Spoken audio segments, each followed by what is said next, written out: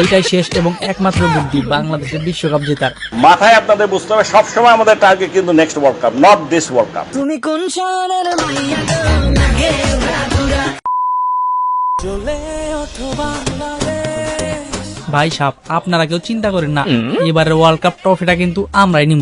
আপনারা একদম নাকে তেল দিয়ে বাড়িতে যা ঘুমান, এবার দেখবেন যে বিশ্বকাপ ট্রফিটা বাংলাদেশে আইতেছে।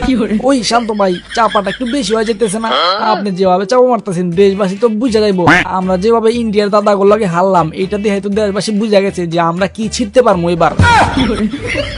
ওই বেটা কথা কম কর, তুই কি ভুলে গেছিস আমি তখন ক্যাপ্টেন। বেশি কথা কইলে তোর কিন্তু এবার দলে রাখবো না। ও আমি আপনাদের একটা কথা বলতে চাই, শান্ত ভাইয়ের ক্যাপ্টেন্সি কিন্তু একদম বিশ্বমানের ক্যাপ্টেন্সি। তিনি যেভাবে ক্যাপ্টেন্সি করে মনে হয় যে ক্যাপ্টেন্সি তার রক্তে মিশে আছে। তিনি অনেক ভালো মানের ক্যাপ্টেন। তিনি যদি এইভাবে ক্যাপ্টেন্সি করতে থাকে তাহলে আমাদের বিশ্বকাপ নেওয়া থেকে কেউ আটকাইতে পারবো না। মাথায় আপনাদের বুঝতে হবে সবসময় আমাদের টার্গেট কিন্তু next world cup, not this world cup. Liton ভাই, শান্ত ভাই, সমগ্র বাংলাদেশি সাপোর্টারদের একটাই চাওয়া যে আপনারা দুইজন কবে রানে ফিরবেন। বাংলাদেশের মানুষ কি আদৌ দেখতে পারবে আপনাদের হাতে রান? আরে ভাই, আপনি এটি কি কইতাছেন? দেখেন নাই দাদাদের সঙ্গে কি ম্যাচটা খেলছি, মাত্র 100টা রান হইলে আমি সেঞ্চুরি করে ফেলতাম। আর যে লিটন দেখতেছেন আমার পাশে, ও তো মাত্র 94 রানের জন্য লিটন কুমার দাস সেঞ্চুরি করতে পারে নাই।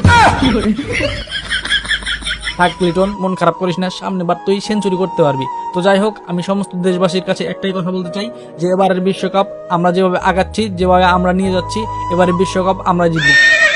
ওস্তাদ এত চাপ মারতেছেন, এটা কি আসলে সত্যি হইব? ওই বেটা চুপ থাক, কি হইব না হইব সেটা আমি বুঝবো। তুই কি তোর জায়গা হারাইতে চাস নাকি? শান্ত ভাই একদম ঠিক কথা কইছে, এবারের বিশ্বকাপ ট্রফিটা আমরা এবার শান্ত ভাই একদম আন্তর্জাতিক মানের ক্যাপ্টেন। মায়ের দোয়া ক্রিকেট টিমের ওপেনিং এর যে অবস্থা, তাতে কি আমাদের সোমালিয়া সরকার এবং লিটন কুমার বাস কোনোদিনও রানে ফিরতে পারবে? ভাই সাহেব, আপনারা কেউ চিন্তা করেন না, এবারের ওয়ার্ল্ড কাপ ট্রফিটা কিন্তু আমরাই নিব।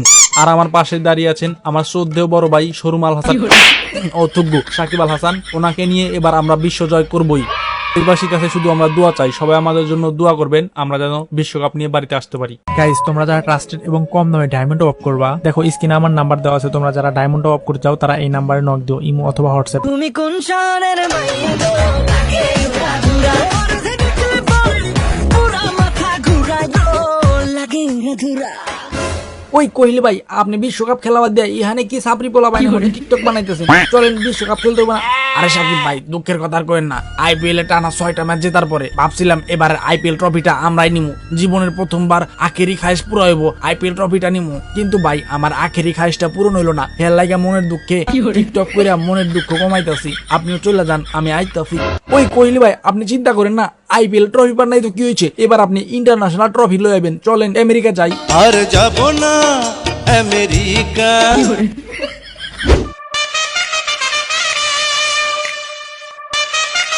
এই বাচ্চারা শোনো, তোমাদের সবাইকে একটা কথা কয়ে রাখি, এইটা আমার জীবনের শেষ বিশ্বকাপ। এইবার ট্রফিটা আমার নিতে হইব, আমার জীবনের আখেরি খায়েশ পূরণ করতে হইব। বিশ্বকাপ ট্রফির উপরে তোমরা কেউ নজর দিও না, নজর দিলে কিন্তু তোমাদের চোখ তুলা ফালামো। ওই আজম ভাই, আশেপাশে একটু তাকায় কথা কইন, আমরা হইলাম বিশ্বের 1 নম্বর টিম। আমগো টেক্কা দিয়া, আমগো নাকের ডকা দিয়া বিশ্বকাপ ট্রফি নিয়ে যাবো এমন কুতুব আছে নাকি এই জমিনে? আছে মানে কোহলি ভাই, আমরা কি বাইশে আইছি নাকি? আমরা কিন্তু খেলে আইছি এত দূর, এবার ট্রফিটা আমরাই নিমু। না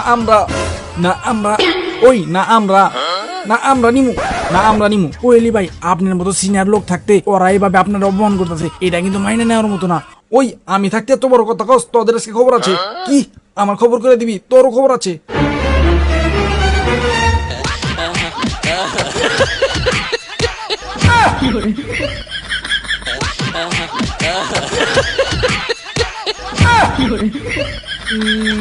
এইটাই তো চাইছিলাম, সবাই মারামারি করবো, এর পাক দিয়া ট্রফিটা বাংলাদেশে লইয়া যাবো। এইটাই শেষ এবং একমাত্র বুদ্ধি বাংলাদেশের বিশ্বকাপ জেতার।